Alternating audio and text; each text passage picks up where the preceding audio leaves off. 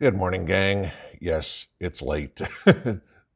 Daylight savings time changing the clocks will do that to you. And then, of course, after that 2 hour live stream yesterday, I was exhausted and I slept a little longer than I expected to.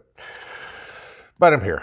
So, I got a chance to kind of take a look at what was going on, what happened overnight after that breaking news that came out yesterday about Iran hitting the U.S. consulate in Iraq and Kurdistan and all that sort of Kurdistan, but the Kurdish area, what's unofficially Kurdistan. But this is something to really pay attention to. Last night, Mrs. P was checking some of the news feeds and stuff like that, and there was a tweet or some sort of release that was put out by Iran that said more or less, and the key points for this, to our friends in Russia and China, we support the V and Z. Now, the V and Z are the symbols that are painted on the sides of Russian tanks, artillery, et cetera, to determine where, what units they're from. So, we kind of talked on this last night a little bit, but, the axis of evil is really starting to constitute itself. And as I've called it before, Russia, China, North Korea, and Iran. No big surprise that those are enemies of the United States, always have, well, not always have been, but certainly not friendly, if you will, in the current times. Now, why is this important? Well, Iran is going to ride this Russian war as long as they can. And they're sitting back, everybody's sitting back and watching the United States response. Nobody's paying attention really to what France does or Italy or Great Britain, maybe a little bit on Germany for more of the economic reasons. But Russia, Iran, China certainly are watching what the U.S. military response is. And at this point, there isn't one. Okay. So what Iran is trying to do is constitute this power. They're trying to attach, hitch their wagons to Russia on this. Obviously, Russia is a significantly more, or has a significantly better military than Iran does. Okay, you can say whatever you want about the Republican National Guard in Iran and everything like that. Big freaking deal. Okay. They're, puff, puff, puff. They ain't squat compared to at least the U.S. troops I knew. Now, why does this get worrisome? Biden is certainly showing that he is afraid of war. Okay? And the American people are sick of war. There's no question about it. I don't want to see us going to war at all. All right? Not sending troops into Ukraine, better not happen.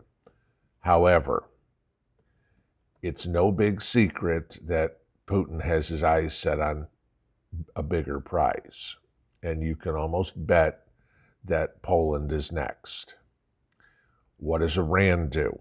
Well, Iran is not exactly a friend of the Saudis. Iran is not a friend of the United Arab Emirates. Certainly not a friend of Israel. But what Iran is doing by hitching its wagons to Russia is, should Putin try to really push this far, he can start coming through the Middle East. All right. Turkey, even though they're a NATO ally, is no friend. Okay.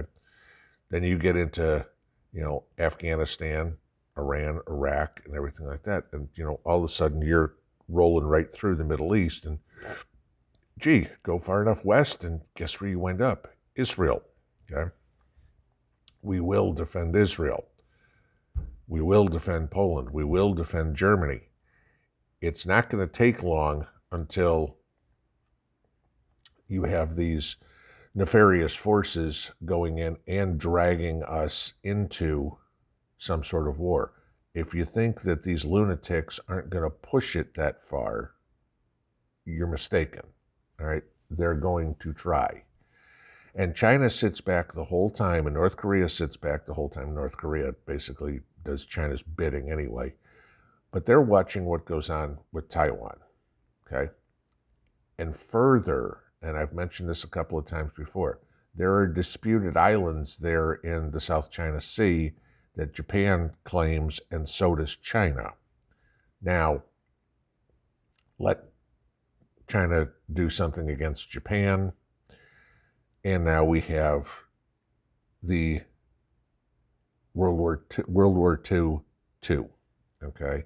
We have a Pacific theater and we have a European theater. Now we have a problem.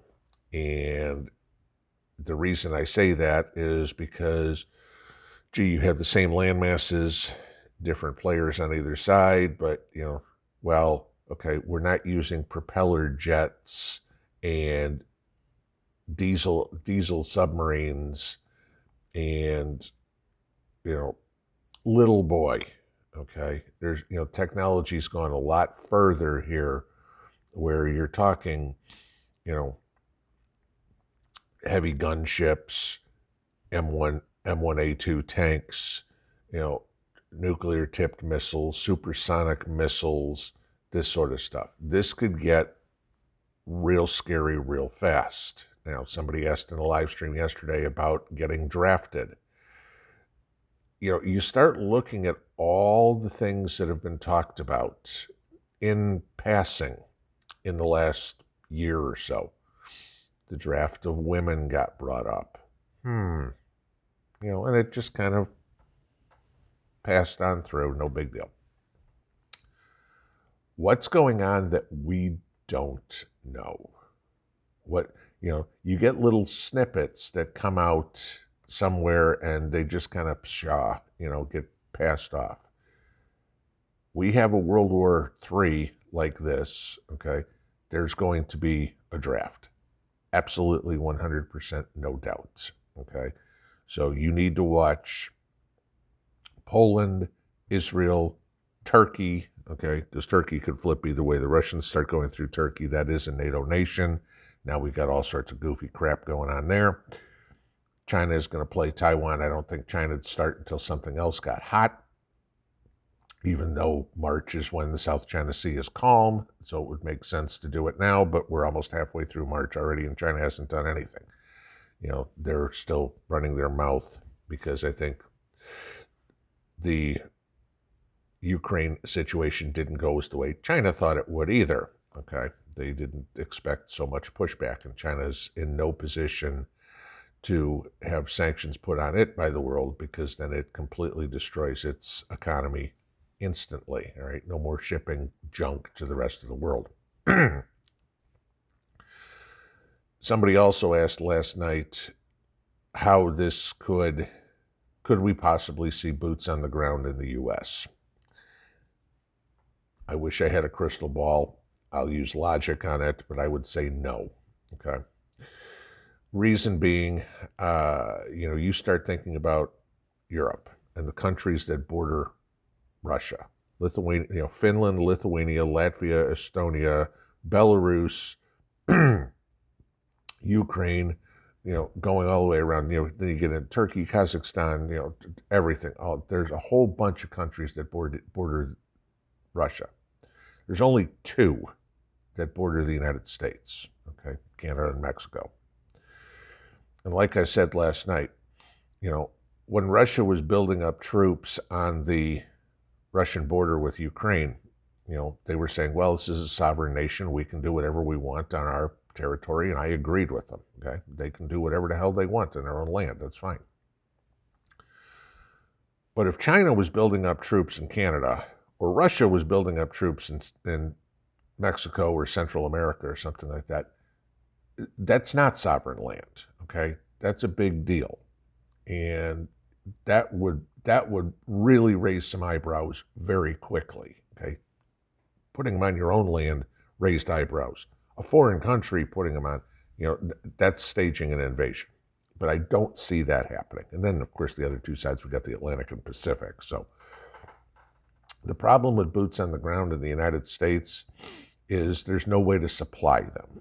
Okay, that's the basic issue. So they'd have to be fending for themselves off of the supplies they can get here: food, water, ammunition, proper stuff. Okay, an army runs on its stomach. Those are the things there. So I wouldn't worry about early on being attacked on U.S. soil. And I mentioned this in the video or in the live stream last night too.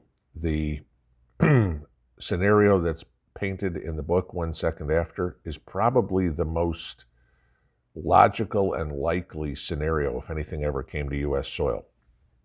That there was an EMP, or somehow the grid was taken out, or somehow sowing complete chaos in the United States. That would be the only way you'd have foreign troops come in here, in my opinion.